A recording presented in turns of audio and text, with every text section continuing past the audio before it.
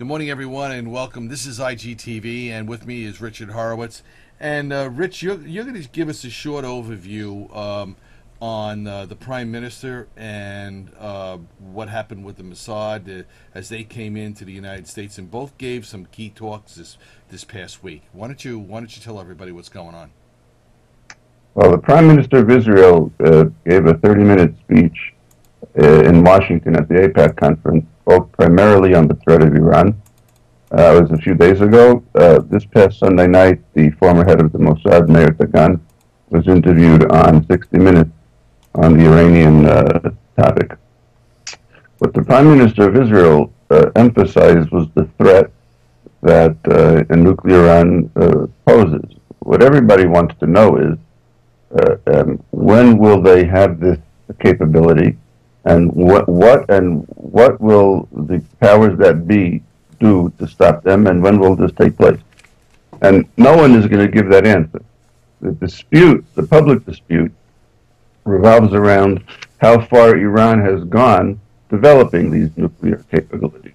Is there any time to use other options, sanctions, or all assortments of unnatural occurrences that have taken place in the last year or so?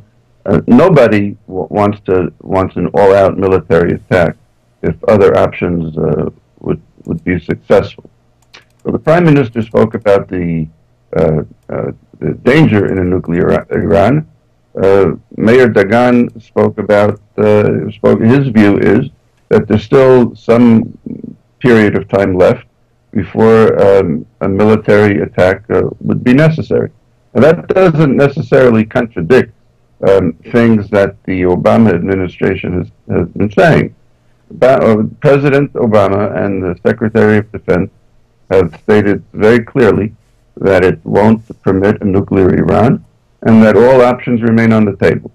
The difference is, how long do we have until the final option that's on the table may have to be implemented? That's what the dispute is about. All right, Rich. Well, I wanted you to go over that quickly, just so our viewers were kind of up on that, and so that they had some sort of a hint in case they did miss it. Those, in my view, I thought they were both two key talks. Now, there's another thing you wanted to do before the end of this part of the segment today, and you wanted to talk about the mirror clip 3339. All right, the clip of the week. Go ahead.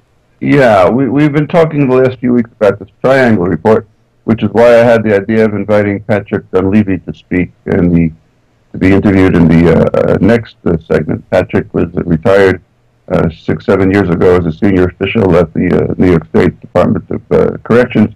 He wrote a book on radicalization in U.S. prisons, and one sentence from one of the triangle reports reads, "Prison does not seem to be a major source of Islamic radicalization." And they have a source, they have a footnote, and Patrick takes an opposite view, and I think it would be interesting to hear what he has to say. Regarding the memory clip of the week, right. Go to advanced search, enter clip 3339. Clip 3339 is an Iranian television report about a conference held at Tehran University on the Occupy Wall Street movement. And the report interviews 3 professors, all of whom are from universities here in New York City. And figured, since we're talking about the Triangle Center report written by professors, let's see what professors have to say regarding the Occupy Wall Street movement in Tehran. So, memory clip 3339. All right, Rich. We'll be back in just a minute after these commercials from our friends at the FBI, and we'll be right back, everybody, with Richard Horowitz, and then we'll be joined by Patrick Dunleavy via phone. All right, so stand by.